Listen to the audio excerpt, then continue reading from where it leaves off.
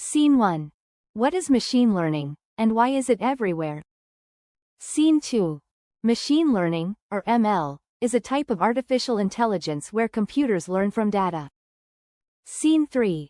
Instead of being programmed with fixed rules, ML systems improve automatically by learning patterns in data. Scene 4.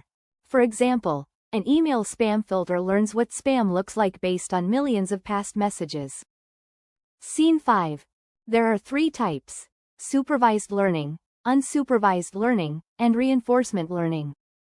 Scene 6. Supervised learning trains a model with labeled examples, like pictures of cats and dogs. Scene 7. Unsupervised learning finds patterns without labels, like grouping customers by behavior. Scene 8. Reinforcement learning is like teaching a dog tricks. The system gets rewards or penalties to improve. Scene 9. Machine learning powers recommendations on YouTube, self-driving cars, chatbots, and more.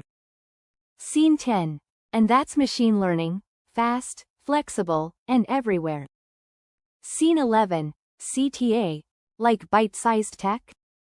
Subscribe to Level Up now for weekly explainers.